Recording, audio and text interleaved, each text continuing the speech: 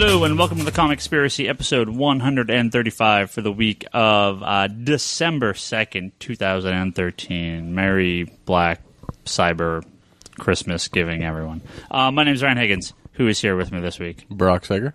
Omar. Bryce. Toby. Charlie. Omar and Bryce are back. Charlie's here again. Happy Wakandan Friday, y'alls. The rest of you guys were always here, so that's fine. That's fine. And Caucasian new mutant that is powerless, basically, Monday. Okay. Good. Cyber, I got it. Cyber. Oh, yeah, Cyber. I get it. Okay. Some people were trying to get Cybermen Day going, but it didn't work. Cybermen, classic Doctor Who villain. We'll throw back to last week's Doctor Who episode. They can't F with Doug Ramsey. Hope you guys enjoyed our episode last week. No more Doctor Who talk this week. All back to comics. Please. So. I can't promise that. Well, there's always Doctor Who talk. That was like a freaking 2-hour episode. That was ridiculous. Yeah. And I was actually having to cut it short too. I was like, okay, we had more to say, but we have to wrap it up. Yeah. It was way too long. So. Yeah. After listening, though, I guess I need to watch it because supposedly there's a shitload of hot bitches on that. So. Well, Brock got 5 minutes into the first episode. So we applaud his attempt. And Charlie had informed me that I needed to at least do 6 episodes. Bryce is I say 9. Bryce is now 6 episodes in, and of the Christopher Eccleston stuff. So have you enjoyed it so far? 6 episodes in. So much for not talking about it, Ryan. Well, we can talk about your enjoyment of it. You don't have to talk about plots. I am enjoying it, but mostly at this point in time, there's a couple things. First of all, very quickly, I'm waiting for it to be HD on Netflix. It's still standard definition. Oh, yeah. Which is hurting my eyes. Yeah, Second of all, my wife thinks, I'm watching it with my wife. My wife thinks that Christopher Eccleston is kind of a creeper, which is largely due to the UK lack of dental hygiene.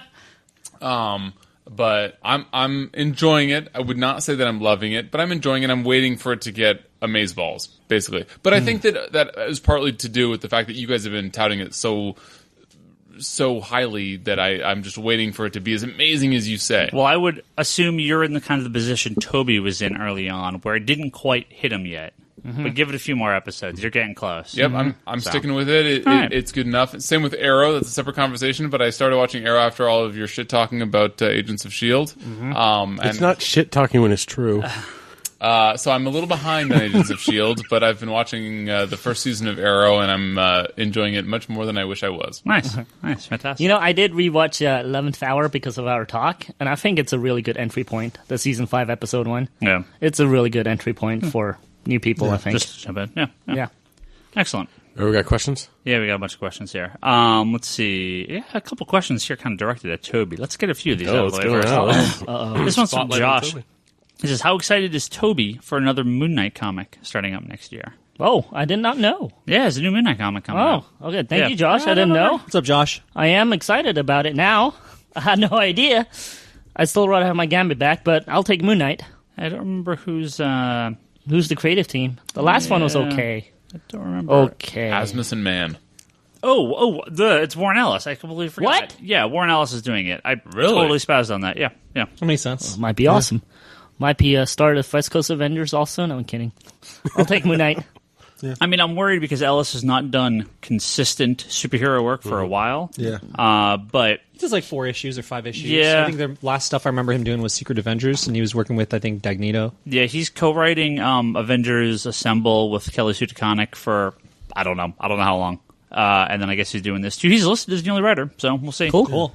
Awesome. Yeah, I think that starts up next year. I'm glad he's doing more comic work again. Yeah, he's been kind of out of it for a while. Yeah. This is from CrossX Hunter on Twitter here, who asks, who doesn't ask Toby specifically, but this is definitely a Toby question. With the death of Paul Walker, actor who died over the weekend, yes. Which I'm sure Toby could tell us more about, which you guys still haven't seen the greatest comic book movies ever made, The Fast and the Furious.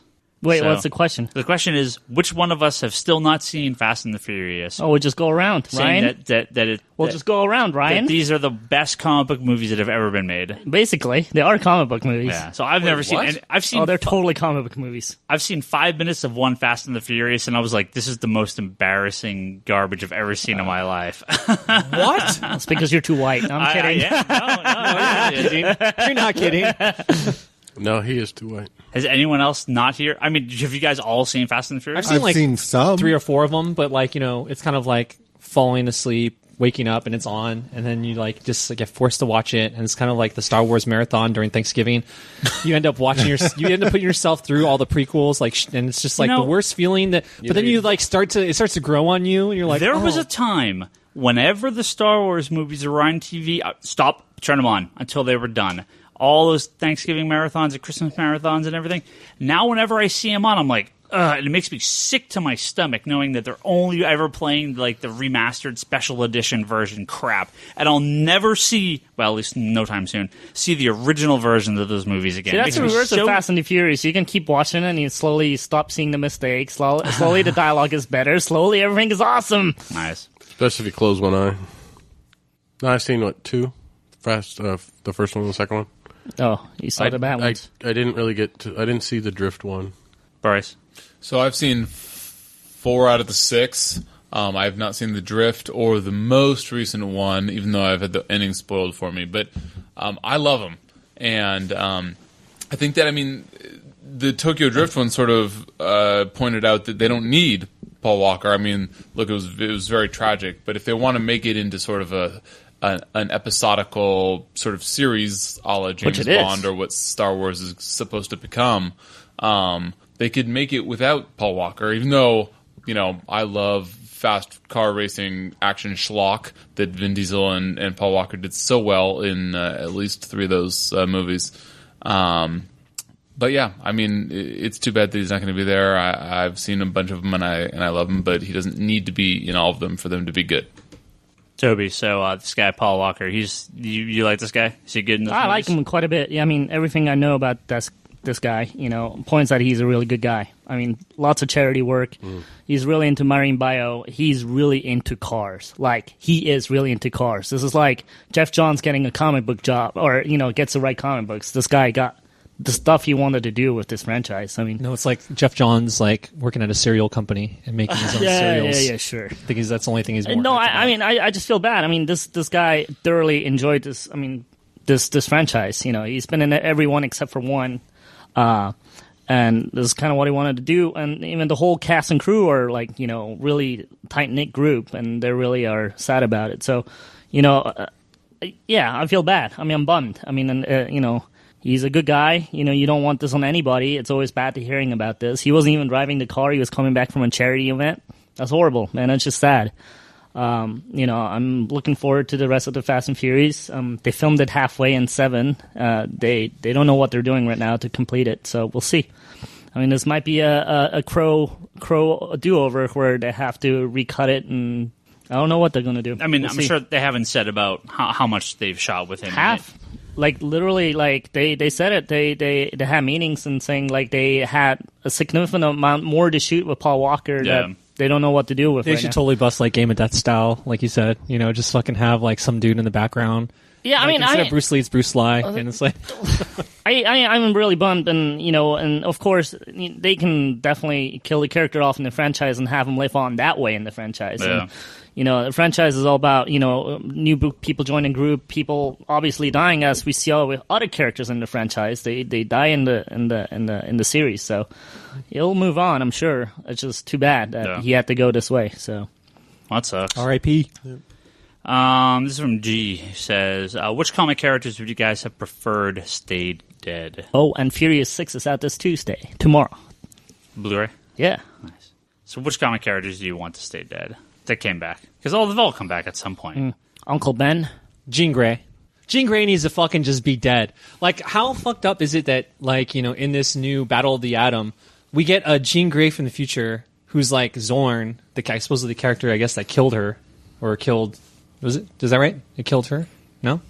Or killed her, like, maybe for the 7th time? Wolverine kills her. Sure. But it's all because of in the future. Bryce is awfully quiet. Yeah. But... I'm loving it.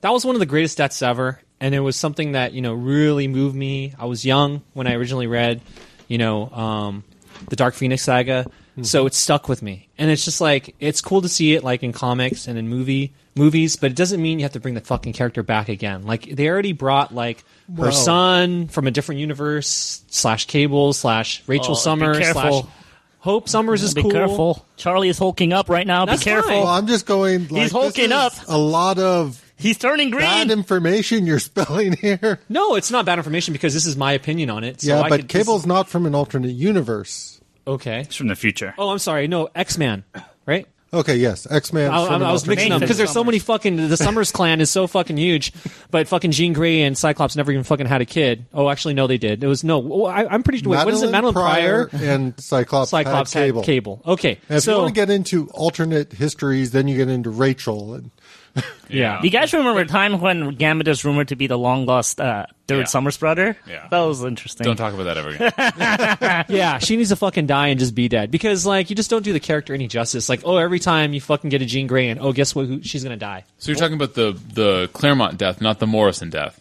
Dude, all of them. No. The Claremont one, it should have stayed there. You shouldn't have touched it. I agree with that. And that was it. I think it would have fucking just been more powerful. Just like how DC has maintained to keep Ted Kord dead. That's fucking incredible. This is like Clara and guess- Doctor Who. for me, in a lot of ways, I disagree just because I see Jean Grey as the Phoenix, and part of the Phoenix is always being reborn. So it always seems sort of fitting that she's the one person in comic books that should always come back. Like, it's just part of her character. I think my problem is not that they bring characters back. I think my problem is that the characters die in the first place. They really shouldn't kill off any major character because it's always a cheat, and they're always going to come back. We will come back to this topic later in the podcast when we bring up a certain Marvel comic that was published this last week. But it's like, why bother? Why bother killing any of these characters off? Now, if you want to have a big sacrificial death like Elektra or Jean Grey, But or, Elektra is created to die. right? Then why bring her back if that's the reason she was created, right? It doesn't make any sense. If you want it, right, if she was created to die, then kill her and don't bring her back because it's kind of pointless. She's a cool character. It's kind of cool when they stay dead, too. I love Mexican ninjas. On that topic, I want to draw some of the death hate away from Marvel and point it at the Bat family, who's had more people die than the Marvel Universe combined, all of whom have come back. I would love if Stephanie Brown was still dead. I would love if... I actually... Easy now. And Jason Todd. Oh, to me, fuck that. Jason Todd, I think they messed up on. If they brought him back as a villain, I would have freaking enjoyed the hell out And of you it. could Well, kind of argue they Damien Kinda as well. did, Kinda did, but kinda's not good enough. but he's for an me. outlaw. yeah, I'm Damon okay. is badass. I am okay with all these characters being the way they are now, but again, they kind of... If you killed them, they were not big enough to come back, Like Jason Todd and Stephanie Brown, neither of them were sellable characters that millions of fans for generations are going to love. It's like, no, these are just kind of... There was a middle Robin, it was this asshole Robin, and Stephanie Brown was just, she's a cool character. I have nothing wrong with the character herself. But I'm just going to kill you after. It's okay. But in death, they're more interesting, I think. So, yeah. Not Stephanie. don't... Well, She is actually originally... weight. Originally, she was also created to die, actually. If we're really getting technical, you're right. She originally was not going to become the Back-Your-Own, so it all came later, and I think that's why I fell in love with the character, so... Yeah. I'm not saying you can't have it, but... Okay, so we killed Rich Rider Nova a couple years ago, and there's already hints of him coming back. It's like, well, what was the point? Yeah. Well, was the question which character that died came back should have stayed dead? Yeah. I mean, maybe a parallel question, not to cop out of answering it, would be, which deaths were completely unnecessary and ridiculous, of which maybe the Bat family has more. The death of Superman was, ridiculous, of course. Same with the death of Cap, same with the quote-unquote death of Batman, or the breaking of his Superman back. should have stayed dead. I thought it was a lot more interesting that way. But there was I know. But Every time Wolverine's died, it's like... Yeah, if don't you go even back give to me- those interviews with the creators of Superman, there was never a second where they were going to keep him dead. They just kept drawing it out more and more because they're like, hey, money. So it's like, it was never going to stay Yeah, dead. they made 2 books into 8 So books. something like Batman, where they quote unquote kill him in Final Crisis, but at the end of the issue, he's alive. That I'm fine with because it's like the reader knows this character is not dead. Right, that was way better. Well, it's like you do the with world without stories. right? So we don't have them for a period of time, because of some reason. And I think that those are some cool stories that come out, like you said, with Superman, right? Yeah. It's the world without that's the cool world we kind of see, but we know these characters are going to come back at some point. Okay, we got a bunch here. Let's go through a few of these. This is from Joe, who asks, how bad was the Clone Saga, really, the Spider-Man Clone Saga? Oh, And pretty Really? terrible. I mean, I tried to read a little bit of it when I was reading comics at the time. I'm pretty sure I stopped all the Spider-Man. well, it was just such a mess of rewriting and retconning and miniseries convoluted and and trying to years sell issues that had nothing to do with it, just for dollars' and sake. years of crossovers Yes. Yeah. between all these miniseries and events, and it was like, it's impossible to follow, impossible to read. It was like the Zorn bullshit after Morrison left. It Yeah, just on a kinda. much bigger scale. It Sure. was just like every subsequent writer thought that they had the answer, and they were going to change everything that had come before it to suit their needs, desires, wants, and writing style. And then they tried to fix everything at the end. I guess my issue with the Clone Saga just is the fact that there's certain things that came out of it, like the Scarlet Spider and stuff, that I thought were good. Yeah, I like those characters. I like Ben Reilly. I like Kane. I like a lot of that stuff there. It's just when you over dilute Spider-Man or any story, just make it more and more complicated, more and more convoluted, it just becomes a huge mess. Well, I mean, it was funny because I haven't actually read Clone Saga, but I read Ultimate Spider-Man, and then when they try to put in aspects of the Clone Saga in there, it started to unravel the whole thing. I was like, man, this thing is tainted from the get-go. Wasn't Bagley the main artist there? Yeah. On Clone Saga? Well, that's Ultimate yeah, Spidey. No, for Amazing, yeah.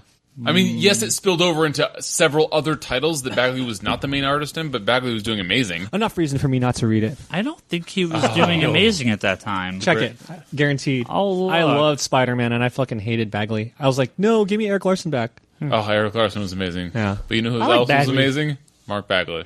Yeah, I like Bagley a lot. All right, this one's for the back half of the table. Stefano asks, I'm getting into reading some more Marvel and Eve recommendations. Oh, smart man. He's already reading Thor, Superior, Spider-Man, and Hawkeye. Handsome man. Couple good Scarlet books. Spider, speaking of Clone Saga. Just got canceled. What else should I Fuck read? Marvel. What else should I read? It did not just get canceled. Do we have enough time it on this ended. podcast for this answer? It ended. Yeah, you said just got canceled, which Well- is incorrect. It is ending as of issue Ending is Karnak. 25, 26. Wait, I'm sorry. Which one is he already reading? I'll say 3 books really quick. Thor, Superior, Spider-Man, and Hawkeye. Both of the Wade books. Daredevil. Both of the Wade books, Yeah. exactly. And I've just heard great things about Daredevil and Indestructible Hulk. And then you have to read the best Avengers book, which is Uncanny Avengers. Yeah. And we're going to be talking about this later in the podcast. So it depends. You have to sort of enjoy Rick Remender's style and Brian Michael Bendis' style, and if you do either or both of those or neither, then you should pick up the respective books because they're all similar. I mean, X-Men follows 2 different teams, both by Brian Michael Bendis, that's sort of setting up the X universe. Jason Aaron was doing an amazing job with Wolverine and the X-Men. I wish that he was sticking around. Yeah, they're just straight up ending that book, huh? Yeah, it sucks. Superior Foes of Spider-Man is a sleeper hit that is only 5 issues in. That you I should, love Superior Foes. Yeah, it's totally out of left field that you just out of nowhere you just don't even think to pick it up. But if you do, you will be so happy that you did. I've heard great things about the Wade stuff. I was just going to say, in terms of Superior Foes, it depends on what appeals to you in comics to a degree.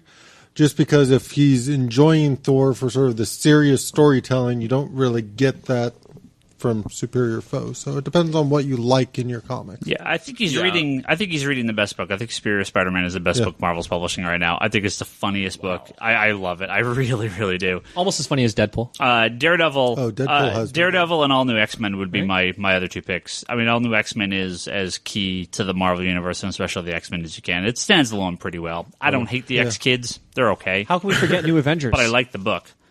No? There's an Infinity question coming up, so we'll talk about Infinity and all the Avengers stuff. Oh, no. You were all about New Avengers for 2 weeks ago. New Avengers? Yeah. It's better, but No, this he Infinity doesn't like stuff Illuminati? it has soured me so bad on the Really? Avengers. It really has. You're just not a big Hickman fan. I guess not. Yeah. Yeah. I mean, it really, I don't know what it is.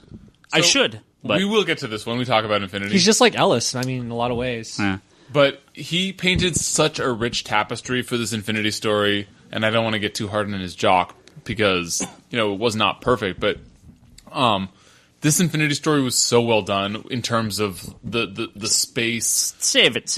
Okay. We got Hickman books are very well done. You rewind. Okay, we got 2 questions left. We got 2 or 3 questions left here. This is from Rachel. She asks, IDW has done crossovers with their licensed books like Dread and Mars Attacks. Any other IDW crossovers you'd like to see? Well, they're she wants an getting ready to do a bunch. All right, she wants an MLP Turtles mashup. That one has not been announced. No, but I guarantee you they will do a My Little Pony crossover with a bunch of other books coming out. I'm predicting Powerpuff Girls. That would be great. Oh, that would be awesome. Powerpuff Girls and Samurai Jack and Ben 10 and all that. Get all the licensed kids' books together. That actually. Well, no, be really I was thinking fun. more of the Lauren Faust and Greg McCracken connection. Yeah, sure. That'd be cool. But all their new kids' books would be really cool. But they're doing the X-Files, Ghostbusters, Turtles, and is there one other book in that? Because they've done a few of these. They had the G.I. Joe Transformers. Yeah. Was it Ghostbusters and something else? I can't remember what the other thing was. Yeah, there was a the one who did like Infestation. Yeah, Infestation was a crossover. It was like Star Trek Transformers. That's what it was. Yeah. Those are fun books. I like those. But I guarantee you, an MLP and Powerpuff Girl crossover. That'd be awesome. Yeah. Blake asks, what do you guys think about the new Ghost Rider? I completely somehow missed that there was a new Ghost Rider book coming out, so I got to look this up. The new Ghost Rider is I will quote here from Comic Book Resources. It says, this is from Felipe Smith, who's the writer. It says, our own, or is that writer? I think so. Is that the writer? Yeah, I think so. That sounds like the writer. Our all new Ghost Rider, as the title suggests, is an absolutely new character. Robbie Reyes is an East Los Angeles high school senior with a short fuse and a passion for electronic music and absolutely anything powered by an engine. He's going to be driving around in like a lowrider car, some car thing. That doesn't sound like any East LA stereotype. Guess what? I can so see the Nova Ghost Rider crossover right now. I just. When Nova gets lost in East LA? Yeah, he gets lost in East LA. I don't know. It doesn't sound like a very good pitch. No. Ghost Rider has had failed series after failed series after failed series. I think Ghost Rider is caught in this sort of Punisher and like these characters that work so well in the 80s and 90s that just had just such a hard time transitioning. Now, before Toby says anything, yes, the Greg Rucka Punisher series was amazing. But getting him into the Marvel universe has failed every time. Well, I think when they stand alone, they're okay. Ghost Rider is one of those. I think time's just passed Ghost Rider by. Well, I think that it's. I mean, Charlie, you and I have loved the Jonah Hex stuff. Yeah, and it's really, really good because it stands alone. He's a Civil War former Civil War Confederate soldier who's scarred for life, who's a bounty hunter, right? He has his own world. And now they've brought him into the modern world in the current series, but it fits because he sticks to who he is at his core. I think the problem with Ghost Rider is instead of kind of sticking this character to his core, they've taken the character and tried to mold him to fit, like you said, into the Marvel Universe, and you can't necessarily do that with this type of character. It's a character that needs to stand on its own. It needs to be a character that's out on the road, that's doing, stuff. I'm going to tag on to what you're talking about. I mean, Jonah Hex, let's be honest about this, too. Who do they have as a creative team? Who do they have as a creative team with Jonah Hex? Palmiotti. Great. And Gray. Great. It's just like all quality creators. Mm-hmm. And if you put quality on top of a book, make it a good book, it'll be fucking solid, and people will read. So I have not seen that with Ghost Rider in a long time. No, and I think it's because they've been trying to make him something that he's not, and they're not taking him my thing on that kind of thing is they've done stuff that I've liked with Ghost Rider in terms of miniseries just fine and stuff like that. It's just I think some characters don't work so well for an ongoing long-term book, and I think expecting to get a ongoing long-term book sets certain things up for failure. It just does, especially in the market as it is now. I mean, Jonah Hex is a great example of the exception to the rule, but that doesn't mean that you can recreate it with any other character. I mean, it takes time. But you guys were saying around the table about characters that were intended to be created to die again. I think there's books that are also intended to be like these miniseries that end up rolling over to become a part of a new creative team, like the Defenders, i.e. Doctor Strange every time he comes around. I mean, we get a Doctor Strange little book, comes out, and then for the most part, he becomes a part of the Avengers, Secret Avengers, Defenders, New Avengers, whatever. Yeah, they're trying to roll Ghost Rider into Thunderbolts, but it's like, okay. Yeah. I don't see that I always working. felt like Ghost Rider should just be on his own book. Yeah. I mean, it's also Punisher. I don't understand why the Rocket things couldn't just work out. I don't personally. I don't need him in the Marvel universe. I don't need him to beat up Daredevil and stuff like that. But he could do his own He was thing. already in the Marvel universe in the Rocco Punisher stuff. It's just he didn't like it when Punisher was pulled into the Thunderbolts. Yeah. I don't see why he should have been. Yeah. All right, we got a question here from David about, he asks if any of us are excited for Inhumanity, which will, Aren't we already living that? I figure is a good point to talk about the wrap-up to Infinity, the launch of Inhumanity, a miniseries, as well as sort of the event that's going on in Marvel right now, and the launch of, the delay of Matt Fraction and Joe Madureira's Inhuman #1, Marvel's new big main title that's got pushed back a few months. So first, I know Bryce just walked off, so I know he wants to talk about Infinity, so I don't know where the hell he's going. He's He grabbing went to a grab comic. a book. Oh, okay. So Infinity 6 came up, the wrap-up to Infinity, the last of the miniseries, the Jonathan Hickman Avengers crossover. I had notoriously ranted early about how stupid it was and how little sense it made and how I thought it was a bunch of bullcrap. Then I reread them and was like, it was actually better. I kind of got it more, I guess, the second time I read it. But I still, even to the end of the last issue, and then we'll talk some spoilers here as well, I just felt it didn't do anything. It didn't add anything. Are Like, we talking about what's the question relate to? Is this number well, 6? he's asking the about finale? he's asking about Infinity, or Inhumanity. I'm sorry, but If I we're figure excited for it. we need to talk about Infinity, and Sure. we'll do the whole thing here. So for me, it's like Marvel's really trying to force the Inhumans on us, which is cool. I like the Inhumans. This book, the art's beautiful in this book. I like the idea behind it, but I felt this is like the worst of the Red Skies crossovers. Like, it felt like it didn't affect the Marvel universe in any fashion. Stuff will be affected by it after it's done, but I felt that it was just a weird book that stood on its own. The tie-ins all seem fairly meaningless from what I read, the couple I read. And it seemed needlessly Hickman. Like, this wasn't approachable, I would feel, to most readers, especially kind of a casual reader. You're forced to read New Avengers and Avengers. Yeah, definitely not a hardcore DC, DC reader and loyalist that doesn't like to enjoy Marvel books. I can read. I mean, I knew what was going on for the most part, but it seemed to introduce a lot of ideas, a lot of concepts, and be just.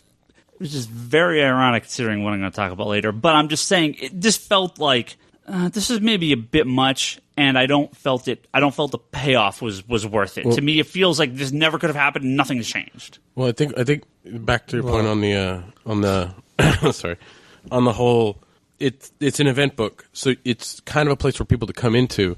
And I think that, I mean, I didn't finish reading it because honestly, But it's not really an event book. That's the problem. Well, yeah, it's extra issues of Avengers. yeah, and that's the thing all it is was. that's the thing is like if it was like the Battle of the Atom or the X-Men crossovers where they do the chapters in each book and you kind of follow along on that path, I think it would have been fine. But because it was kind of, this is supposed to be separate, I didn't finish reading it because halfway through I was like, there's way too much going on in this book and I don't care.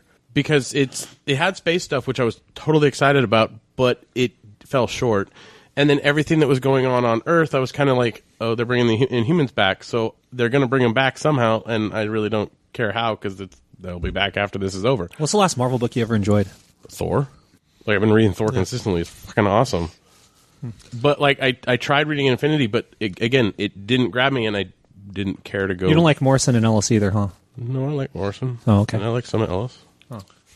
I like good Marvel books. Well, other than Thor, I haven't heard you like. Oh, no, I'm pretty sure if they, as in Marvel, Brevoort, and all the other fucking head honchos at Marvel, Kevin Feige, whatever, the fuck, however you say his name, they're going to hand over from Bendis to Hickman, give all your fucking solid titles, which is the Avengers line. I'm pretty sure you're a fucking good writer. The guy's super fucking classy, by the way, super cool. I was fucking talking with him for a good 25 minutes at Image Expo. And I was just like, man, this guy's fucking incredible. He just likes talking about the art form. He likes talking about the medium. And I'm not a fan of him just because he's a cool guy. But, like, it's quality work. Even when he was just a lowly image creator.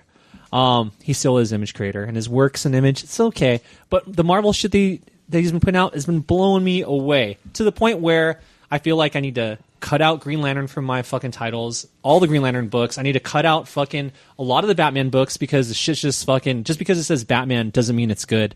But I picked up like every Avengers book that Hickman's name has been on, and it's been solid. I don't know what you guys are talking about, things not connecting between New Avengers, he even ties in shit from S.H.I.E.L.D.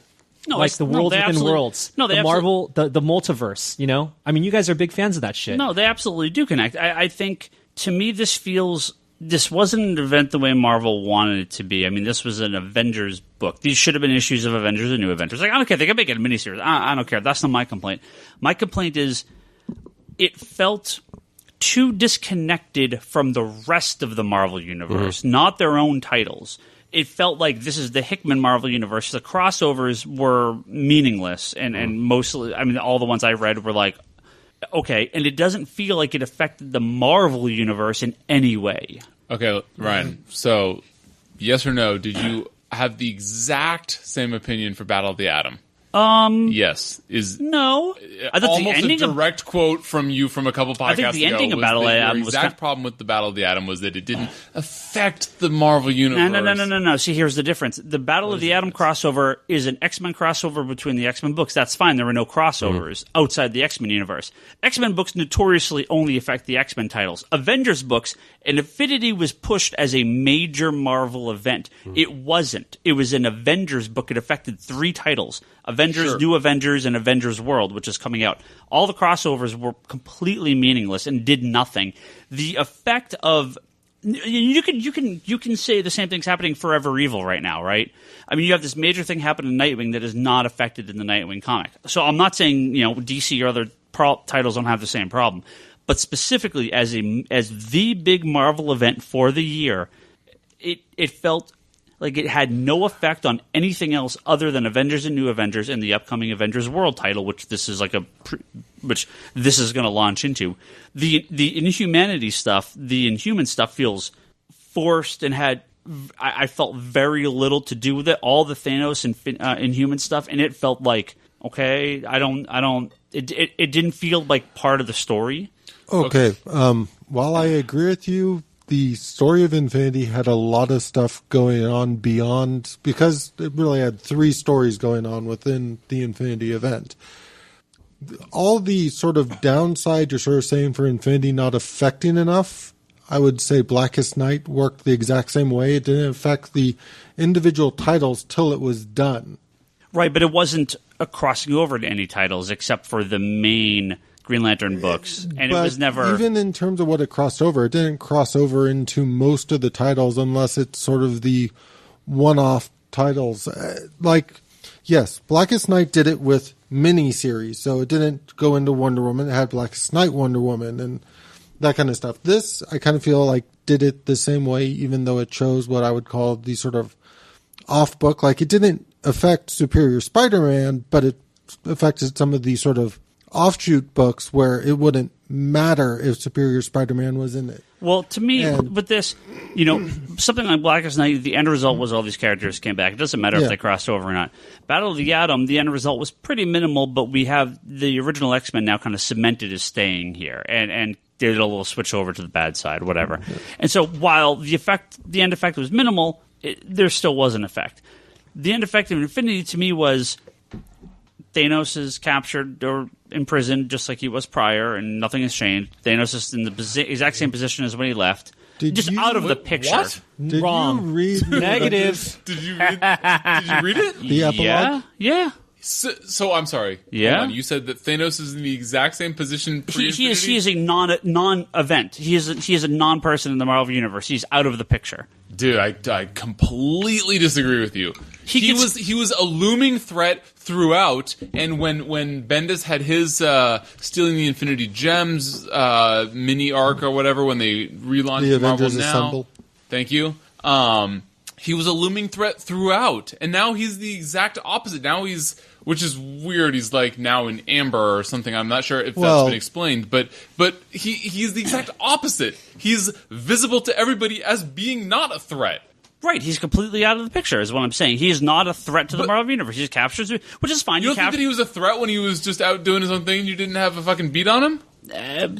But he wasn't doing anything prior to this. He was in that crappy Avengers Assemble event that nothing happened and it affected nothing. And before that, he was in the Cancerverse, and then it's like we have to help out of the picture. Yeah, and then they took him out of the picture. It's like he pops in whenever they need this big hulky guy to be kind of threatening, but then he just pops right out. But to me, how is that different than any big bad in any comic story ever? Oh no, I'm saying that's fine. I don't care about that. I have no problem with the fact that they beat him. But the only change besides, so we're in this Avengers world, which is okay, that's fine, and they kind of have this inhuman kind of rebirth of inhuman mutants on Earth, and to me it doesn't feel like anything really. It feels like it doesn't feel like anything at all. It's completely hold on, it feels like it's completely out of the effect of Infinity and had nothing to do with the event. It was like this weird side effect that could have been done any other time. I don't think so. They took this Marvel event to launch this Inhuman relaunch that will fail. Good try. They always fail. Good try, Ryan. Well, come on. Black Maw. How is he going to be brought into the Marvel Universe? This was a creator by Hickman.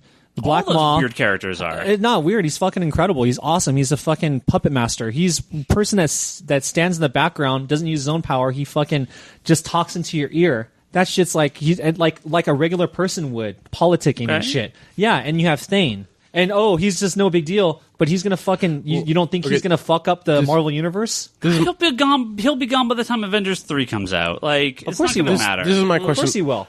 This is my question about Infinity. What was the Infinity story about? Was it about Thanos coming back to kill his son, or was it about the Inhuman mists coming down and mutating humans, or was it about a war in space? It was about all that, all three, and a little bit more put together. What does that have to do? What does it have to do with anything? You know what? If you don't like to read it, just don't read it. That's just it. You don't want to read it, don't read it. There's a lot of other books on your fucking shelves to read. Thanos coming back, the war in space, all this stuff felt fine to me. I have no problem with that. That's what I thought the book was going to be out. The Inhuman stuff seems really forced and felt like it had nothing to do with the story. I agree with you that the Inhumans they put in as a plot piece to try to bring them back into not the forefront because they'll always be on the side. That's all I'm saying. But what you don't even talk about, you don't give any type of you don't relish in is the fucking Illuminati. People that think that they're in power, but they're being controlled and they're being weaved in a certain way.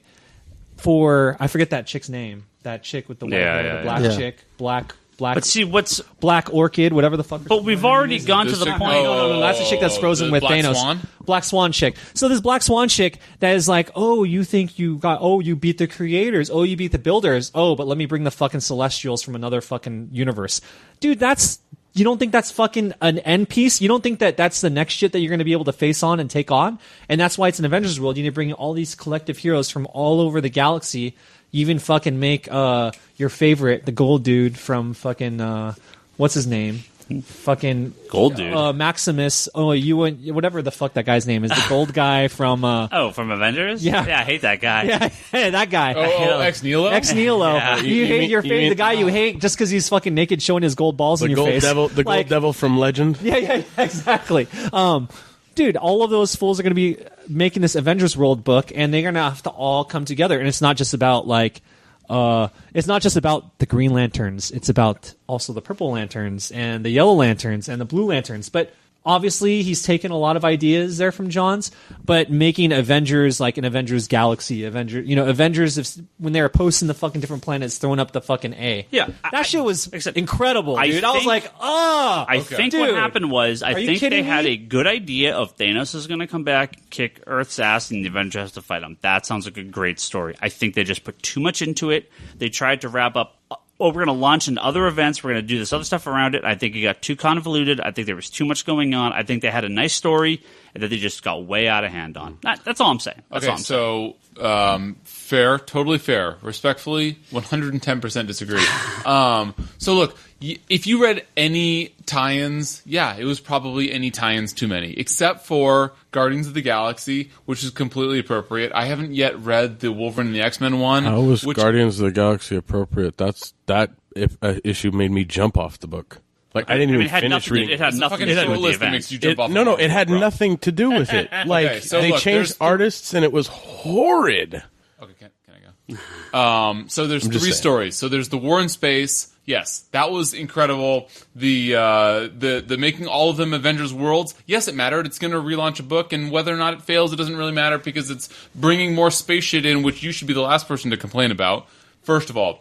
Second of all, the Black Order came out of nowhere to be relatively significant. I mean, the Black Dwarf battle scene in Avengers and in Infinity 6, great fight scene with Ronan getting the coup de grace. Fucking Ronan, dude. Amazing just using their fight hammers, scene little hammer fight. with the Super Skrull Ronan and Gladiator versus Black incredible. Dwarf. That was a great fight. Yeah, Ebony Thanos Maw, just like he was saying, Ebony Maw, great Ebony Maw, background that's right, villain Ebony Maw. that is going to be like Wakandian Maw, whatever you want to call him. that scene where he's like doing that little yoga shit with Doctor Strange a couple issues back, where he's like, "Oh shit, Hella pervin and shit. he's totally influenced Doctor Strange to do whatever he's done to this point within the Illuminati that the Illuminati doesn't even know." And now, like, what else has he done, and what else is he going to do? And now he's escaped with the son of Thanos. Yeah. Like that's not like that's a huge. stepping stone to That's like crazy. greater stories. Dude, Doctor Strange is like closing the door on Wong. Get the fuck out of here, man. Like you read the last like New Avengers. Get the fuck out of here, man. Don't fucking just interrupt me. crazy. Like, and you don't know what the fuck's going on. It's just literally, it's like a plot point that you just like leave out there for some other creator potentially to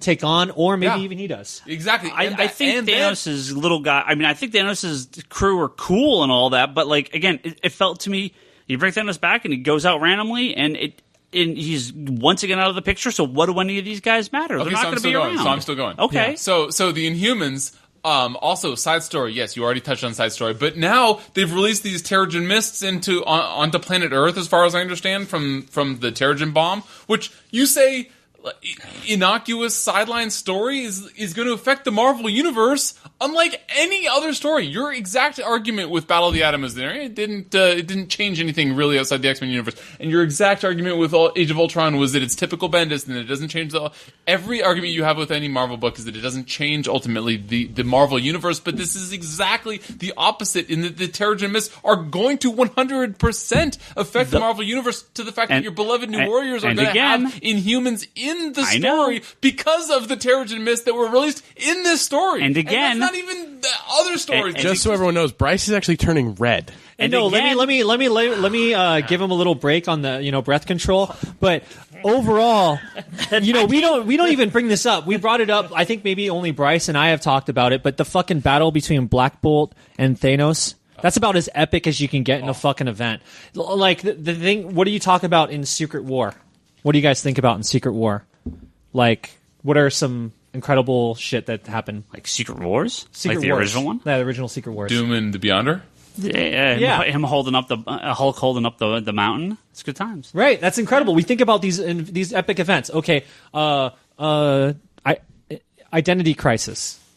What's some crazy shit? I'm gonna put something new I'm practicing into place right now. Okay. Okay. Infinity was a great event.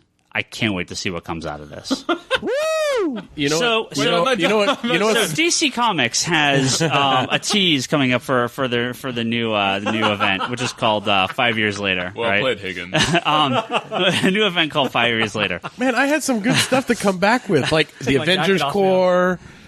We'll do another podcast. And they were basically going to fix the whole Inhumans thing with no more Inhumans. We'll do. Look, I'm not even done, but look, I'll put the book down. Look, all I want to say is that it's incredibly short-sighted of you to say that nothing happened. We're gonna have Tara Jean, fucking superpowered people, and all the mutants are gonna rise now because I forgot to say. But the end result of this, there is something. The new Matt Fraction and Joe Madriata book, Inhuman #1, which is the lead off of Infinity, which is there's the Inhumanity miniseries. You know that's gonna fail though because Joe Mad's on it. I love him. He's my boy. We party when we're fucking Comic-Con. And there's It's gonna fuck up. And there's all the Inhumanity crossover stuff, and they're tying in things like the New Warriors are launching out of it and all this stuff. However, the main book was this Matt Fraction Joe Mad book, Inhuman #1, which is going to show like all. Bryce is disagreeing with me, but hold on. They're going to show all the Inhuman stuff and all kind of the main stories. However, okay, Bryce is saying no. Talk. What do you got? You said that this thing was going to fail because of Joe Mad, but for the past, I didn't say it was going to fail because of Joe Mad. I mean, Omar just said. But you said there's going to be like there's going to be an Inhuman book, but it's not going to be Inhumanity. What he's saying is it will be an Inhumanity book. Yeah, and it's going to be with Coipel. Inhuman book was pushed back till April. That's right. all he said. The book coming up. This No, Inhuman earlier #1. he said there was no Inhumanity. Inhumanity is the big event, but there's no Inhumanity book. Inhumanity is the event that's crossing over between all the titles. There is a miniseries called Inhumanity, but that is not the main book. The main book is Inhuman, which is the Matt Fraction Joe Mad book. This is the main book launching out of Infinity next to Avengers World. And this is the world of the Inhumans, and this is like their new thing on Earth. This is their main title. Can I just say that I challenged that book with Joe Mad can even step to the same writer, Fraction, who's incredible in many books, mostly non-Marvel, and Coipel, one of the greatest fucking artists of the last decade. Okay. Olivier Coipel. He's fucking French artist. Yeah. Fucking love that guy. So while this major book was supposed to launch in January or late December or something, after the end of Infinity, it's been pushed back to April, which for being what I believe to be the main title coming out of Infinity, that sucks. I mean, it sucks for fans of these characters and fans of the creators. Like, that's unfortunate they already had to do this. I mean, Joe Mad's notorious for not being able to do more than a couple issues anyway. I'll read the Coipel book. Yeah, so which one's that? That's the Infinity. Inhumanity. That's the Inhumanity. Well, Right? it's Inhumanity. So I believe, And that's the and I miniseries. could be wrong, but earlier in the podcast you said that this was the book that had been pushed out or canceled. No, Inhuman is the book that was pushed out. Okay, regardless, Inhumanity is going forward, whether or not side books are small. This is the main book. It looks like it's both the event and the main book that is taking place. Okay, I misunderstood what you said earlier in the podcast, which led me to believe that this Joe Mad arted book had been highly doubt he's going to be a part of any big book. No, the Joe Mad book has been delayed. So regardless, that's not news. Even when I saw you last Friday, I was shocked to hear that they would have put all their eggs in the basket of Joe Mad. Because that would be a mistake. And so, and when I said to you on Friday was that there must be something else that they're doing. They must have like had a backup plan or because I've seen the solicitations. Yeah. In this case, yes, this is what I was thinking of. It is Inhumanity #1 with Fraction and Coipel. Right. That is not the Joe Mad book. So But I believe that's just a miniseries. It's sort of like the miniseries after the miniseries. Like Inhuman, as far as I know, Inhuman is the main push outside of Avengers World. Inhumanity is sort of like a wrap up mini lead in. I mean, if they did that would be just about as bad as Forever Evil being done by David Finch. No, just about as bad. Because Finch, I love Finch as an artist when he has time to do things, but when you put him with deadlines and having to be like in the forefront, all of his books. Tell me the last book that he's done that has had quality work panel by panel. His Dark Knight stuff's been great. Mm-hmm. All his Dark Knight stuff was good. Dark Knight. Yeah. Okay, but Dark Knight wasn't a major book. It wasn't one of your top 3 Batman books. I think it was. You sure about that? Yeah, when it came out, that was big. Okay, when it came out. Yeah. How about number 5 and 6? Yeah, of sure. that, right? Of course. So, like, what I'm saying is, you put a quality artist on a book, someone that Four's been pushed back. Four's been pushed back to the end of December, so maybe they're giving it a little extra time. Yeah, I mean, I just hate it when we have like super creative people that are incredible. Because I love David Finch. I loved his shit like all throughout like New Avengers and Avengers Disassembled. But since then, I really haven't seen anything that has blown me away to the point where his students, people like Jason Fabok, who is pretty much like the killer of DC right now. He's going to be big because of the Batman. Yeah. I mean, Fabok runs things. He did he did hella covers. Yeah, what's that? For big events like Forever Evil, look at a lot of the top covers of the top books. It's Fabok's work. Yeah. And he sometimes he gets mentioned as a cover artist. Well, why don't we round up some Marvel news here? No, he's going to be big with that Batman event thing that they're doing. He's the main artist on it, if I'm not mistaken, or at least the main cover artist. All right, so again, big spoilers here. This is for Uncanny Avengers number 14. Omar, just hit us, man. You got this book. This is your favorite book. Yeah, this is definitely one of my favorite books. Bryce, you finish it? No, I read Infinity 6, but I haven't read. No. Uncanny Avengers. The one you're just reading. Dude, the one. You read it. Oh my god, Jump on, so I amazing! want to hear you talk, man. I want to hear you talk. You know what? First of all, thank God that they got John Cassidy off that stuff because I like John Cassidy, but Yeah. he just He's a takes cover too artist. long. Yeah. he's the cover artist. Thank you very much. He's Well, okay. If your thing is against David Finch, Cassidy's my. Yeah. When he has time, it's amazing, but when he does it, Exactly. but isn't that any of our arguments about any artist that's rushed? So anyway, This is why I'm glad I like writers. Well, no, we like writers, but it's still a sequential art. I'm not reading novels here. This is why It's still artists- comics, and comics is still, is what- you got to see it. you gotta, need two hands to hold hands, Charlie. Yes, but I have not read any of Forever Evil going, wow, this art is terrible. No, I enjoy it on a whole. you Charlie. swing by John's Anyway, and I do, but I swing with only one arm because my other hand's on Hickman like this. okay. So, Uncanny Avengers. Look, Rick Remender, I think, the shining / rising star at Marvel for a while. They put him on top of these major books, and has it been delayed or why has it been taken so? It feels like it's too long between books. Is it more than 4 weeks between books? No, it just doesn't come out every other fucking week like a lot of the other books. So maybe that's my ADD problem. But anyway, I still, and I'm a on normal record on this timeline, podcast as saying that Uncanny Avengers is amazing. I think in the face of all of you, and Omar wasn't on this podcast, but I'm loving it. I'm loving the whole, undead, Uncanny Avengers, whatever it is. I think that Steve McNiven's art was great. And I think that the story was incredible. And I know that you're going to talk a lot of shit, at least 3 of you, well, at least 2 of you, about how people that die in that book are going to come back immediately. And I don't disagree because there were a lot of very significant deaths. That were sort of out of like, holy fuck, like, whoa, that came out, wow. But man, it was an aggressively emotional book that I wasn't expecting. It was, they've been sort of building up to it, and you're right, they have been building up to it on a once per month issue basis, which I should, have trained myself to be better at understanding. But, great story, and when they finally got to it, it was this the end of the story arc because hot damn, it was incredible. It was This is so aggressively emotional. I was like, oh, if I'm not wow. mistaken, this is the start of the story Yeah. arc. Well, the start of the new stuff, which is going to be going beyond, because they've already touched on. I mean, if you have Kang, if you have Kang as a main villain, then you're going to go across all of time, right? Wait, Kang's the main villain, so this should just kill the whole story, right? even disregarding that, even those first few pages where it's like different times of explain amazing, what amazing what stuff. happened in this issue. For Who everybody died? listening, Who if died? you have not picked up it's 14, correct? 14, I believe. Yeah. Issue 14 of Uncanny Avengers. You don't need previous issues to step. You kind of do, but even if you haven't and you only have budget for one book. Let me jump in really quick. Stefano had the question, what Marvel book you should be reading. Anything with Remender on it, but the main one is Uncanny Avengers. I would say the way to go is to go back to Uncanny X-Force. Read his, it's this Uncanny X-Force, I believe, Volume 2. Is that right?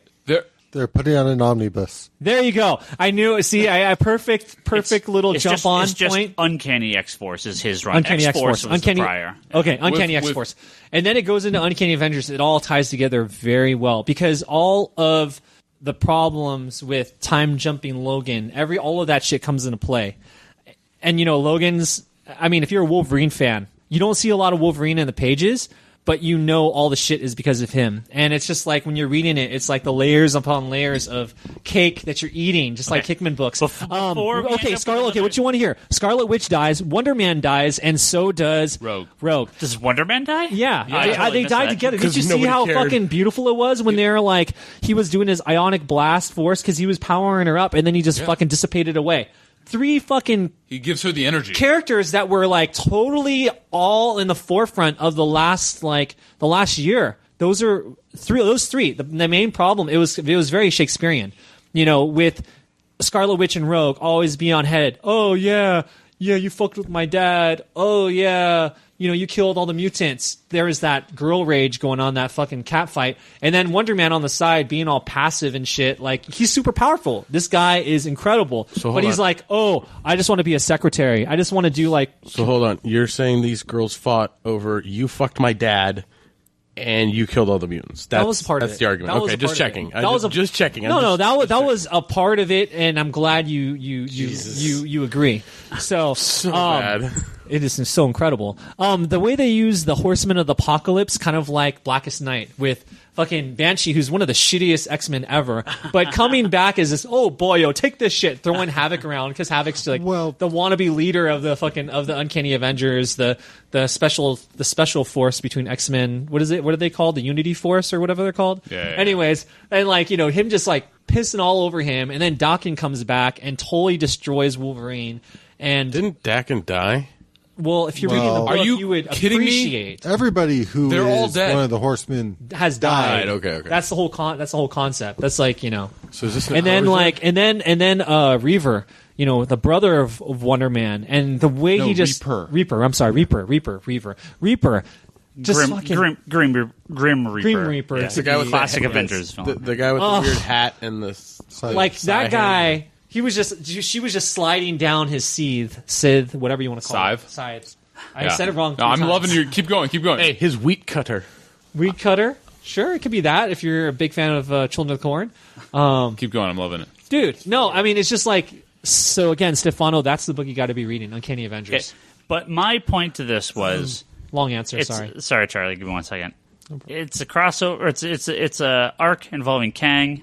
Scarlet Witch at the end of the issue, and with her dying breath, is casting a spell to revive all the mutants. Rise. You should like that. Rise. Yeah, I know. They're all going to come back as Black Lanterns. Right. Right. So this is no judgment on the book. I haven't read it. I just flipped through it. This is purely judgment on people who think these characters are going to be gone for more than 6 issues. They'll all be back. Don't worry. So you're judging those people? Who are you judging? I'm not judging anyone. You just said this is judgment on people that think that blah, blah, blah, blah, blah. That think these characters are dead.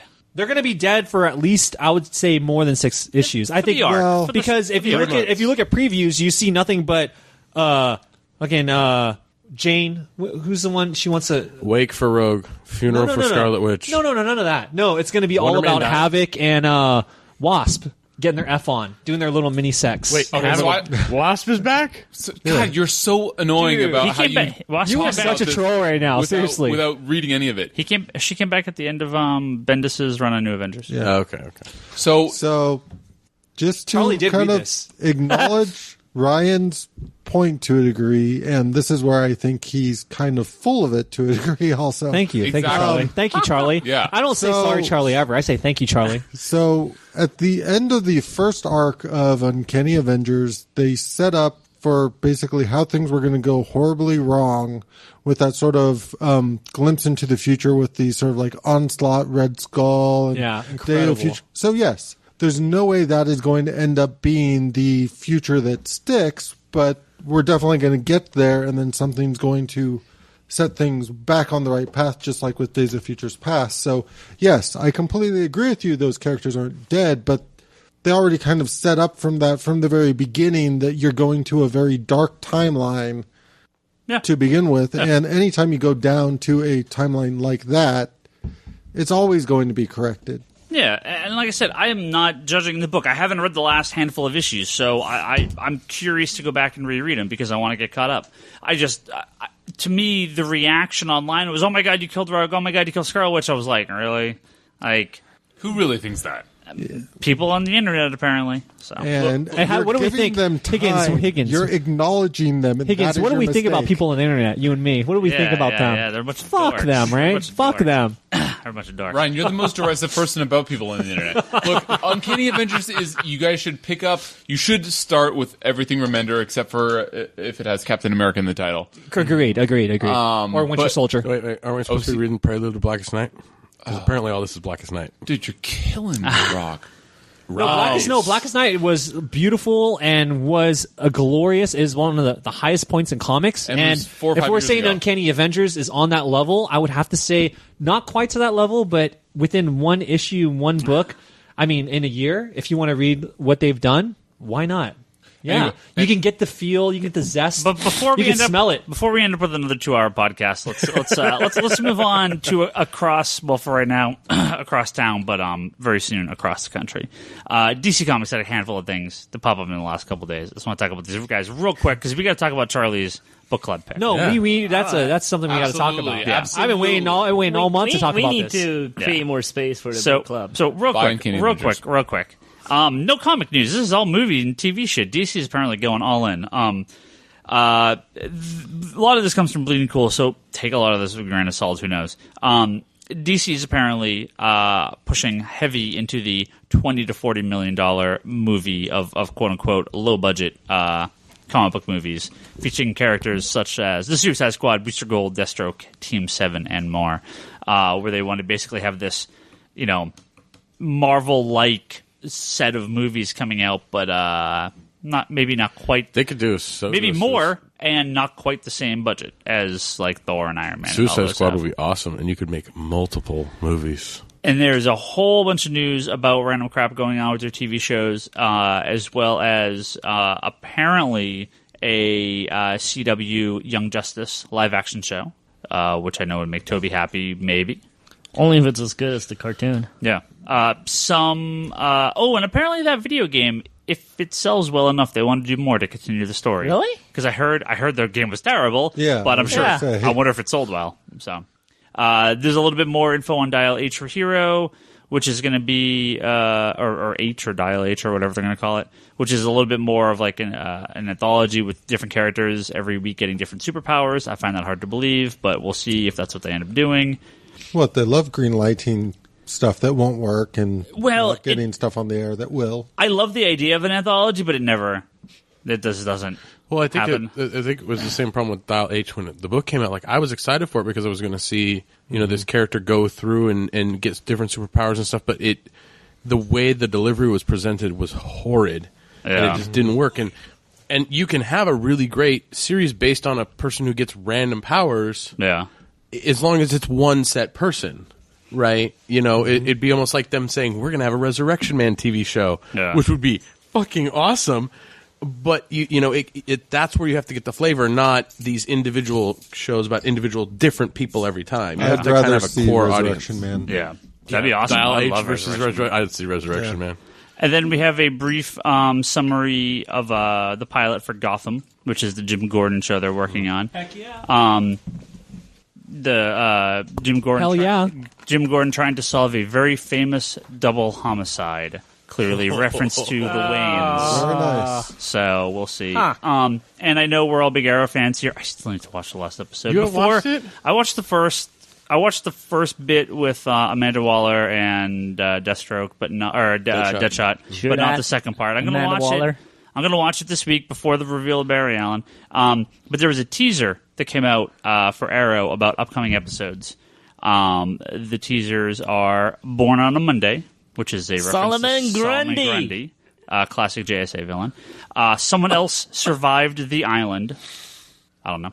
Maybe that is Solomon Grundy. Amanda makes an offer, meaning Amanda Waller, who's been out on the show. Her offer generally includes joining the Suicide Squad, so something there. That with the chick is squad. hot, by the way. A better use for that clock tower, which to me sounds like a Bird of Prey reference. Hell yeah. For Toby. These two are not in the same order, but I wanted to link them together. I'm assuming one is what is the question you should have asked, and the other is a blank expression. Both clear references. Well, I'm the second one a clear reference to the question. Who knows about the first one? Maybe that means something else. But They're just trying to steal as many Batman people as they can, huh? speaking of which, Ollie is not the first vigilante, which still gives credit to possibly the Nolan Batman films trying to be somewhat in continuity with this show. Not all hoods are green, which may be a Red Hood teaser. Well, they've been No, it's- pushing that actor a lot. It's going to be Speedy or Not Speedy. Speedy is the sister in this version. I know, but no, they're going to make him the Red Arrow. And Archer and Rise. So I don't know what those last two are. Rise. Rise sounds like either Black Lanterns or Ra's al Ghul. So there you go. There's some. There's some teases How for about Talia? Arrow. How about Talia? Well, Talia. Well, No, they it's cast the sister. the- It's the sister. It's a Yeah, Nissa. they cast Nissa. And Yeah, buddy. once again, avoiding putting stuff from the Dark Knight movies in this. So I mean, lose continuity. I say it again. I went back to watch Batman Begins just trying to see if I could see John Barrowman as one of the ninjas. That would have been badass. That'd be great.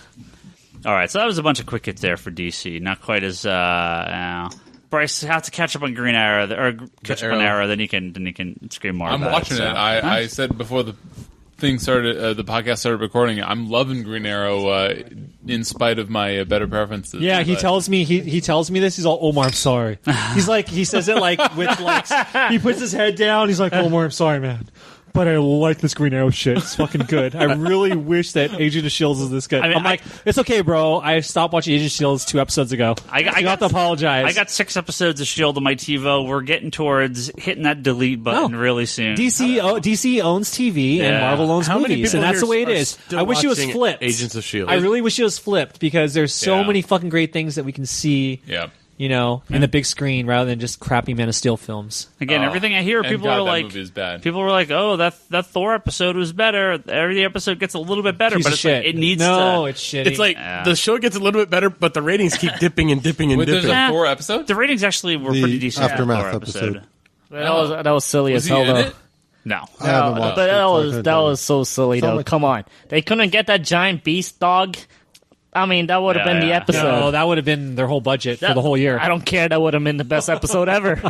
That would have made me love the entire show for was that the- one episode. That was the first thing I asked when somebody told me. So they go, it's like the Thor tie-in episode. I'm like, so they chase that Frost Beast thing around, right? And he's like, no. I was like, I don't need to watch that shit then. You are endless with the amazing jokes. It's awesome. Anyway, so Arrow is, yes, I'm enjoying it much more than I would like. Although, so I'm watching it, or I'm trying to watch it with Kelly, aka I'm trying to force her to watch it, which she's not liking. you don't like the Ollie porn? She don't like the No. shirtless us because there's nothing compared to you. Exactly, she's Yeah. got her husband. So. Yeah, boy. Maybe she's just not telling you she's enjoying it. Toby, did you see that like 12-minute video I linked you to of all the exercising? No, that I he did not does? want to see it. It's like 12 minutes of him exercising from the first season. And you know alone. what's funny as hell on Great. that? It was Steven and Ella posted that. Yeah. That's yeah. the funny part. Yeah. He's like, here's me Yeah, exercising for 12 minutes, doing those pull-ups, and it's amazing. Yeah, Kelly has that video of me doing it. So it's okay. But what I was saying was that she likes the Doctor Who more than Arrow. Nice. Oh. So whether or not that makes her taste better or worse is She doesn't watch Agents of S.H.I.E.L.D.? I don't watch Agents of Shield. She doesn't, right? Yeah. Most of us around the table don't watch Agents of S.H.I.E.L.D. I mean, How about we say I that? wish that I still watched it, but My girlfriend I'll who thinks catch up eventually. My girlfriend who thinks most too. of this stuff Me is too. horrible crap. She actually was like, Arrow is not as bad as everything else. I'm like, nah, I'll take that as high praise. So, Charlie, you recommended a book for everyone to read this last month for your movie or for your comic conspiracy book club pick of November 2013, which I have to apologize. I have not had time to read it. Okay, I have to edit that down. But Why? Everyone's going to know we're saying, I have your copy, and I will read it by next episode and talk. I got way too busy the last couple weeks with crap. these But book clubs get stretched out over like you guys all 3 or 4 weeks. Right, we're a week late now, and it's fine. It's holidays, Black Friday. Hey, look, No, man, I mean, but I stuff to appreciate that do. you went out there and put your balls. I out there would, and I did would, like an no, Udon comic. I would take that Black Friday comment, but I know that you were just sitting at home, so that doesn't work, dude. I was working here all day. here. I was here That's for normal. I was here for like 10 hours. 12 maybe hours or if you something like would that. rise before 9 a.m. Yo, there you go. So, Charlie, give us a lowdown on this book. Give us a little talk about it. So my book club pick was Makeshift Miracle for anybody who wasn't listening 5 episodes ago. And the reason I chose this book is I'm a big fan of Jim Zub, and this was sort of a interesting case in comics where you don't really see somebody take a story they've already done and have it done by a different artist, at least not often. So this was a story he had done when he first started doing comics and plotting stuff. He was doing a webcomic. He was drawing it himself. It was coming up on his 10-year anniversary. So when Udon wanted to pair him with this particular artist that they met overseas, they decided to redo this story where he'd have a chance to sort of revisit it, change it up a little bit, and work with this fantastic artist. And yeah, that was my book club pick with Makeshift Miracle, since I have a nice little hardcover out of the first 6 chapters, and then there should be about 6 more chapters that will come out in a volume 2. I thought it was only 3 chapters. The first one's only 3 chapters. At the time when he told you, it was 3 chapters, but like since 5. then, which has been like a month and a half, almost 2 months. There's like it's 5 6. in the hardcover. There's 11 6. out online. Yeah, I know. There's 11 out but in the online. book. Oh, okay. But I only assign people the book, which is the first 6. Oh, okay. I want to add that. You signed as 3. No. I want to add that even though Charlie keeps saying it's a hardcover, it's not Charlie size. It's a rather smaller hardcover. Yeah. It's a mini book. Yeah, but I like it. I would like a nice larger size just to appreciate the art a little bit An more. omnibus. Just to have some weight, some girth on it. Yeah. I know that excites you. You know, when they get all 12 chapters out, they can do the nice slipcase hardcover. With... Oh, you love the slipcase. Slippy case. Okay, but back to the book itself. But no, I actually appreciate this book. I really like the art. We kind of talk every once in a while about sort of anime and manga, and I don't read as much of that kind of stuff as I'd like. So that was also something that I liked about reading this story, is it's very much in that style. And yeah, I'm a big fan of Jim Zub, so I wanted to pick something that I thought that people probably had not checked out. That's cool. I didn't even know the backstory about this being an original story. Yeah. Because before I read it, I looked it up and I wanted to see what other people thought of it, just so I can get kind of like a little. Because you always talk about Jim Zub. Yeah. And, I appreciate you as not only a friend, but also a guy that has pretty good taste in comics, as most of us are around the table. And I was just like, I looked at that, I looked at the little timeline of his bio, and I was like, wait, why does it come up twice? So you told me that backstory, now I get it. Yeah. So Well, I guess start with Brock. What do you guys think? I thought Why aren't we starting with you? Since you didn't read it. Because I didn't get a chance to read it, and I will read it by next I week. just wanted to call you out again. Wow! Way to throw him under the bus again and back up with the Filipino fob ring a ding ding whenever you're driving backwards. Stuck. Grind the gears on him. I really enjoyed it. The artwork was amazing. I liked the story. It flowed really, really nicely. I was a little disappointed with our listener response through my blog. Nobody voted on it. Which is kind Come of... on, guys! I told you guys we got to do Actually, that kind of before. curious. Did they on the Sandbook? You didn't I mention think I anything got about like it. 1 or 2 votes on that one. Like I got a couple of votes on You that. gotta do some Google advertising, bro. I try. I tell people, hey, you got to come vote. I mean, No, but if you Or you connect could it start through like Twitter, a Marvel book, so people will start looking at the blog again. you connect it through Twitter and your Facebook page, which you haven't created yet. You do all 3 of them, you'll get like 7 to 10 people. I usually on any of my little question polls, I get at least 7 to 15 at least on anything of that type of scape, because you throw it out at those 3 sites. I throw them out, but I don't know. But I think that people really missed out, especially since this is free. And Bryce, I know you read it online, and it was very accessible online, right? Yes, I did. A quick question. How do you know... so which, on your blog, book of the book club history has been voted for the most? I'll have to look it up. Was it possibly the Excuse X-Men me? book? I don't know. It might have been. okay, so back to Makeshift Miracle. Makeshift Miracle. No. Makeshift Miracle. I want to talk about Makeshift. I'm only saying that you need to do more marketing, more advertising for your blog. I do. I'm saying I do you it. I need to do try. more. You just said you got 0 votes. This was an amazing book. I'll get to my turn after Omar. Sorry for the weird noise here. Omar's got some mic adjustment going on here. I think his mic's. Hey Brock, I have like these signs you could wear like Die Hard with a Vengeance style. You could walk up and down the street for okay. people to check out your blog. The end is nigh. Yeah. Yeah. That's not what his billboard said in No, that did not.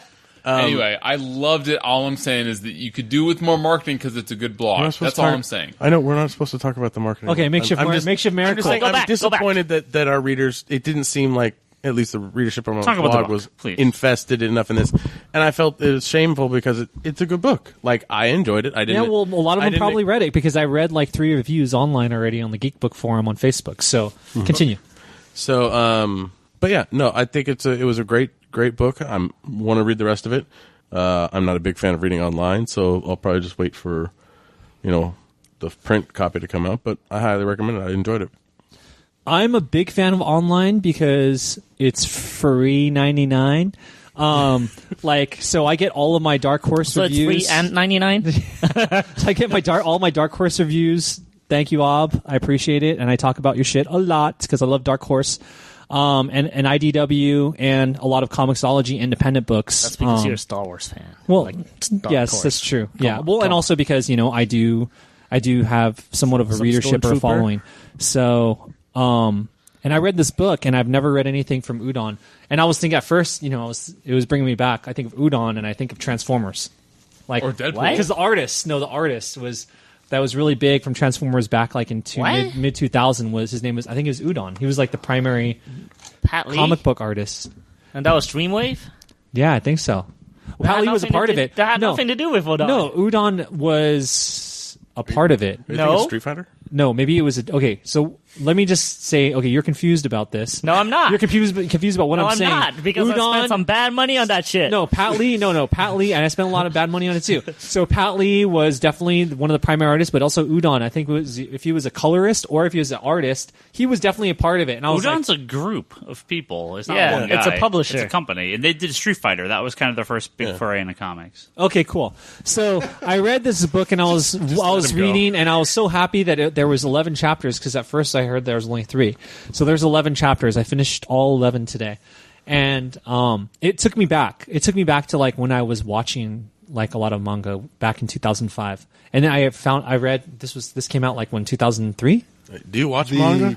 original came out in like 2003, but this new art and stuff is current. Okay. He could be watching anime. What I liked about it was definitely very soft. It was very intimate. There's only like 4 characters in the book, at least right now there is. 2 only prominent characters, and it kind of took me back to like that real classic storytelling where you have like one-on-one intimacy, people that are all up in their mind, or this person that you don't even know who they are, whether it's like imagination or if it's real. It's just like it's something you can all connect to. It's reality. It's reality. It's like, are you walking? Are you alive? Are you the subconscious, the conscious? It's like that kind of like play on things that what is real, because these are things that we can connect to.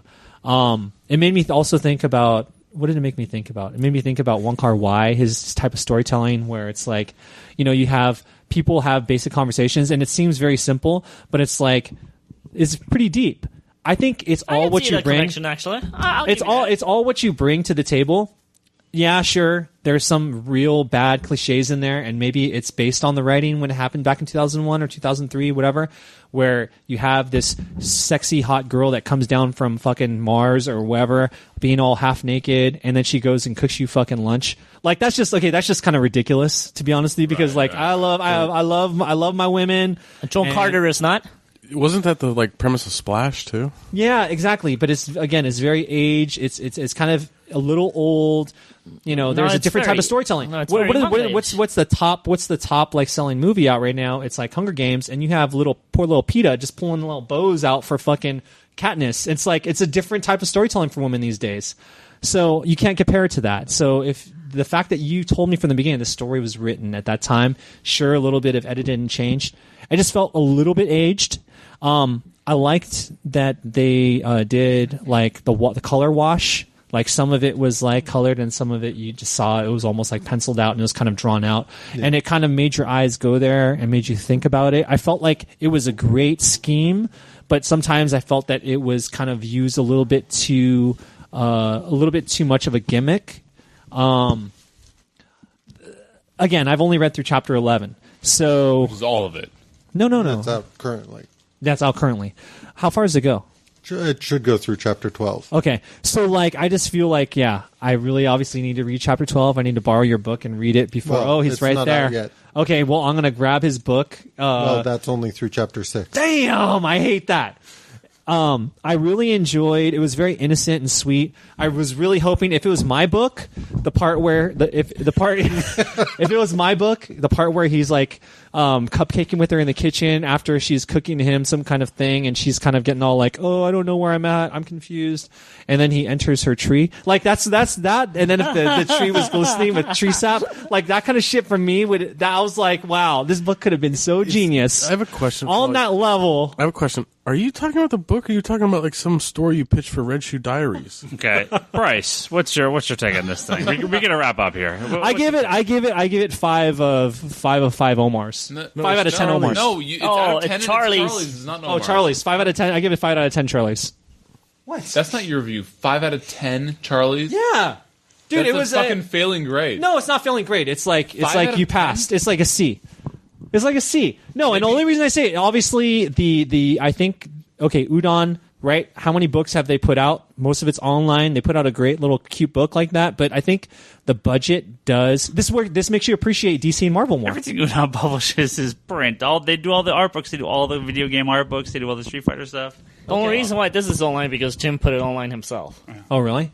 Yeah. Okay. At the bottom of every page it says copyright Jim Zub. Okay. Well, I mean, overall, my rating is higher than both Red Shirt and Trevor. So, whatever. Fair. Love it. So what? Okay. Anyway, I loved it. I was like not expecting to love it as much as I did, and ended up absolutely loving it. I thought that it was fantastic.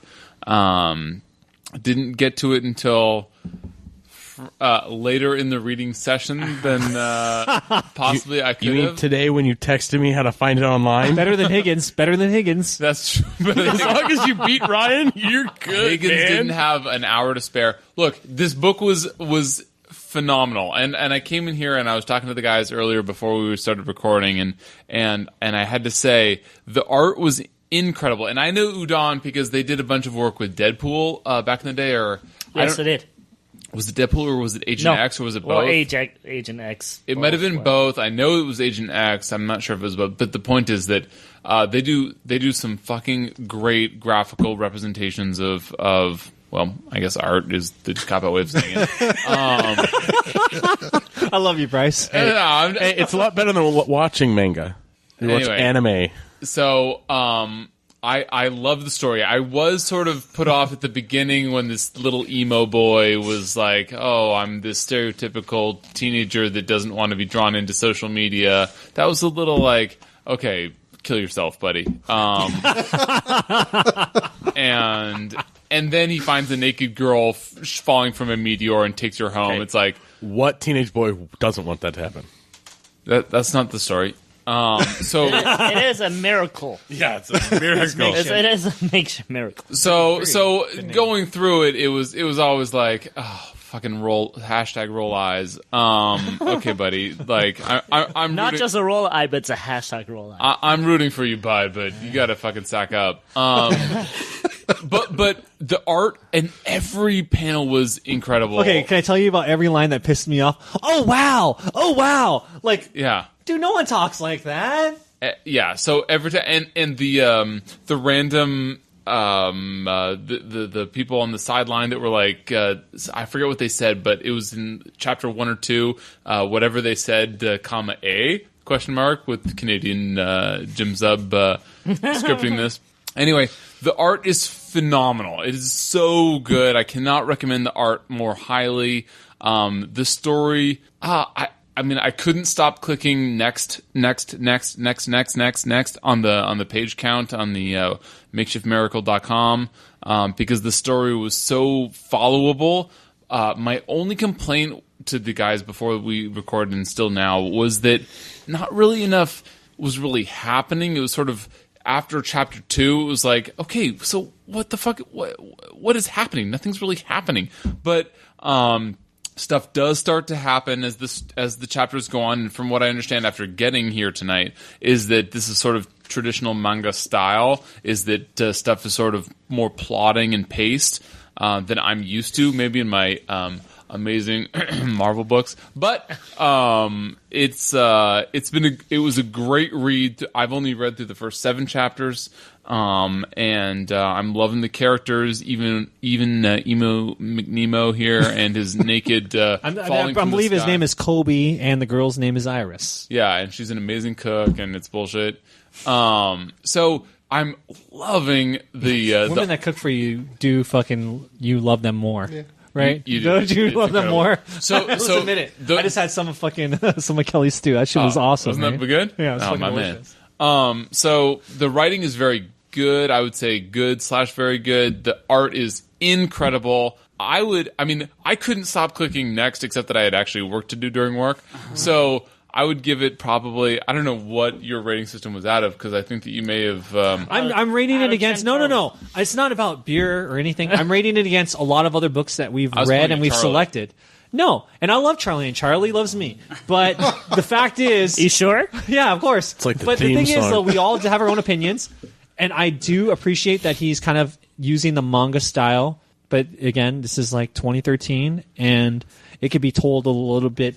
I would say a little bit more better. He could have been More succinct. He had a lot of ideas, and he used the splash pages, I think, at the wrong time. I mean, there are beautiful visuals, but I think that they're to push the story in a different direction. It could have been done in different ways.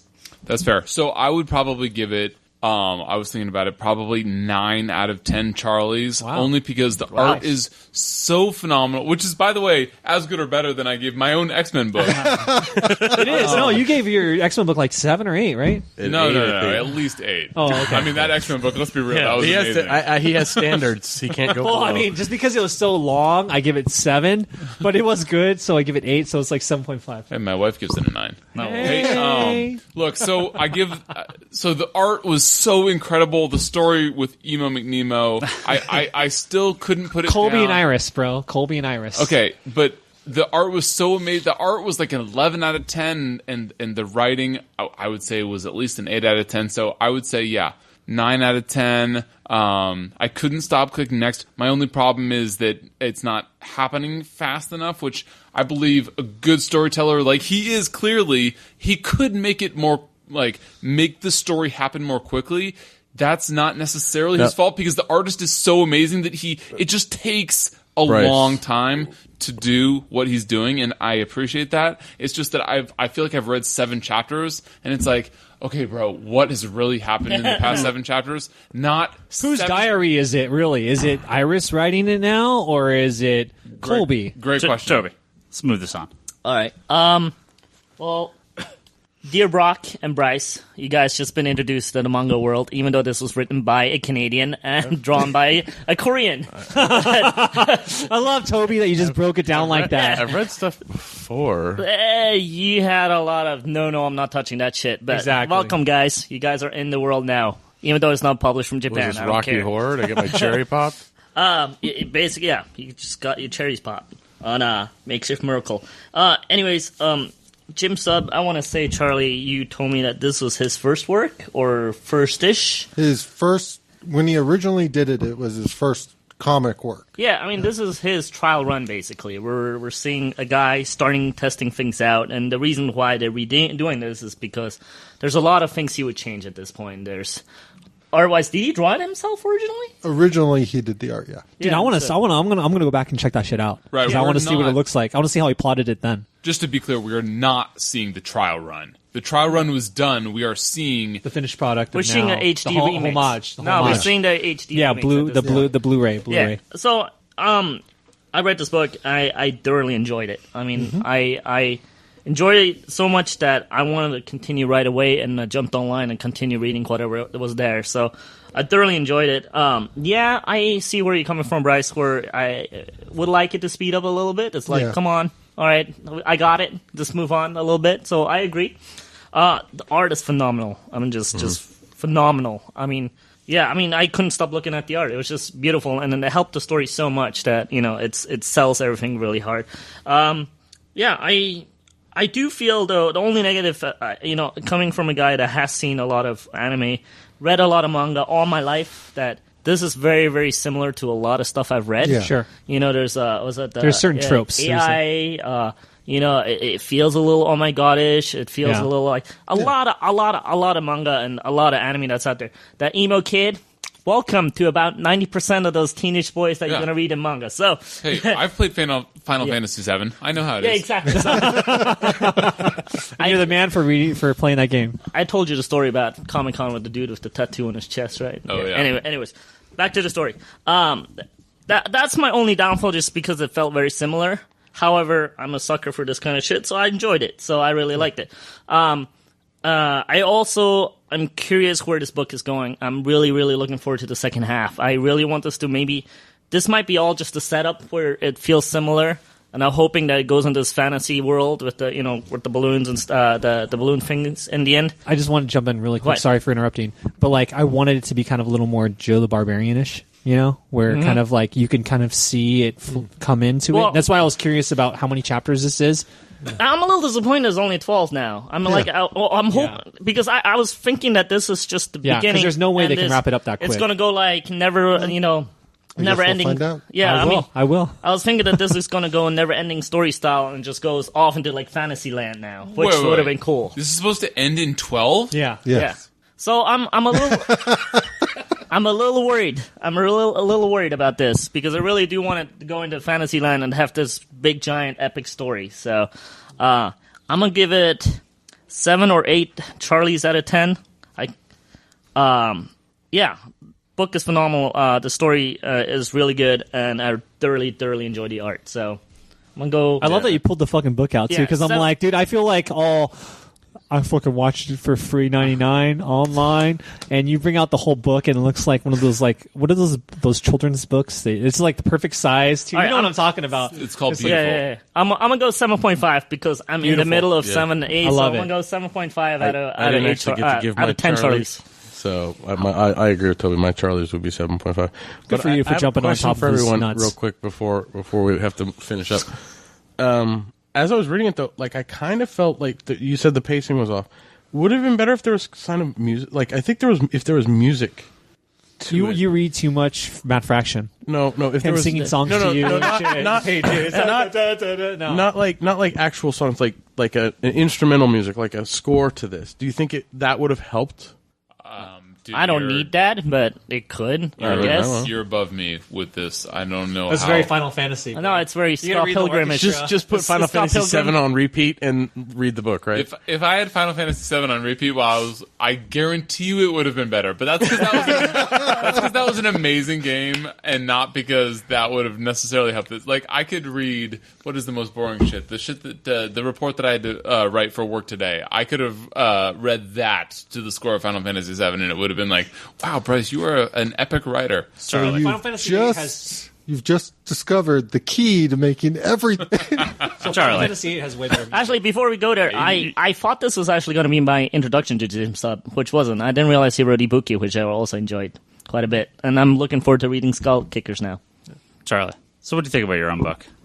Well, it's kind of weird to say, but I mean, the bottom line is I really enjoyed it. I really enjoyed everything that I've read of it so far.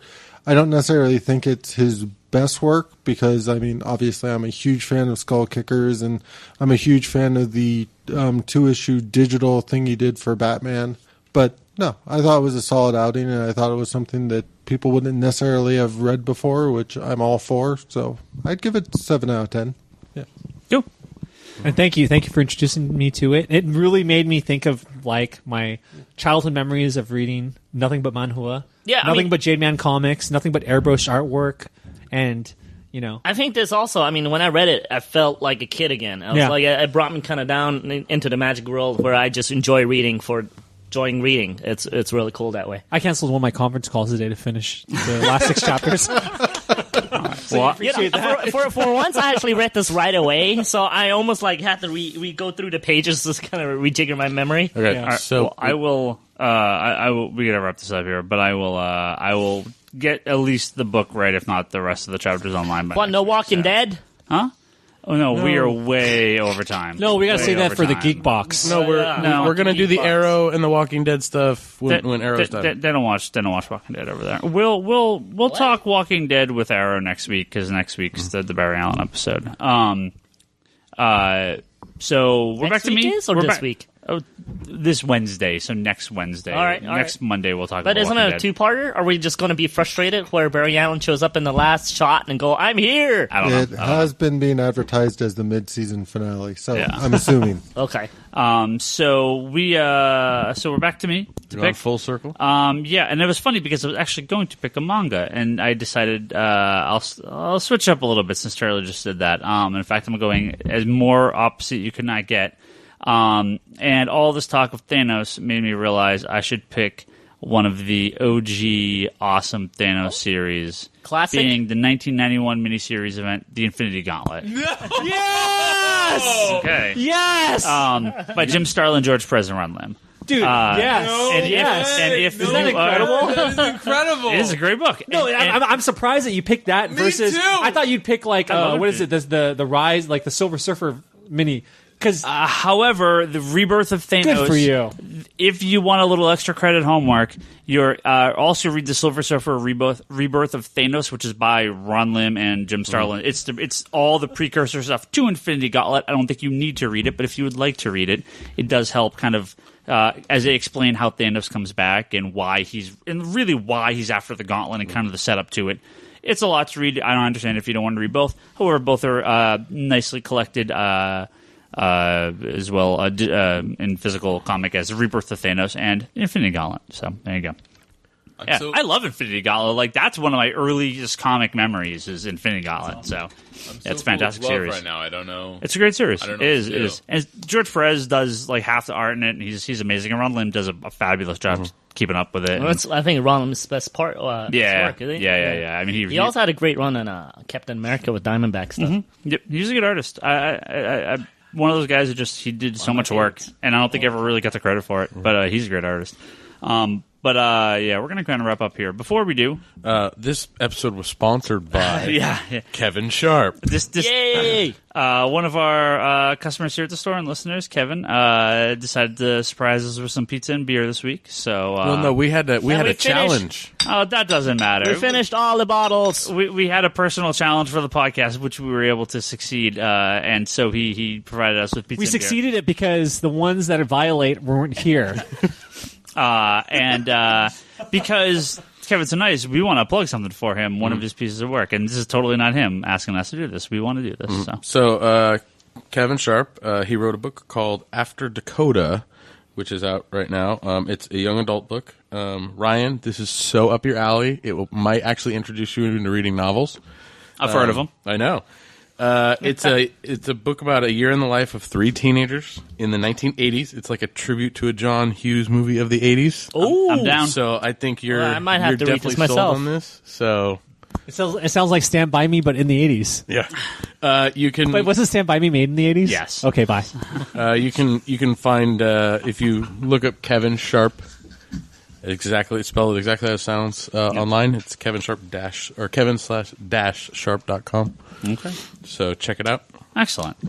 Yeah, go read Kevin's Thanks, book. Kevin. Thank Yeah, you for yeah. the pizza and the beer. Yeah. thank you. So we're gonna wrap up. I don't want to pay Libsyn extra for all these super long episodes we've had. We're gonna go over our limit. That's not a good thing.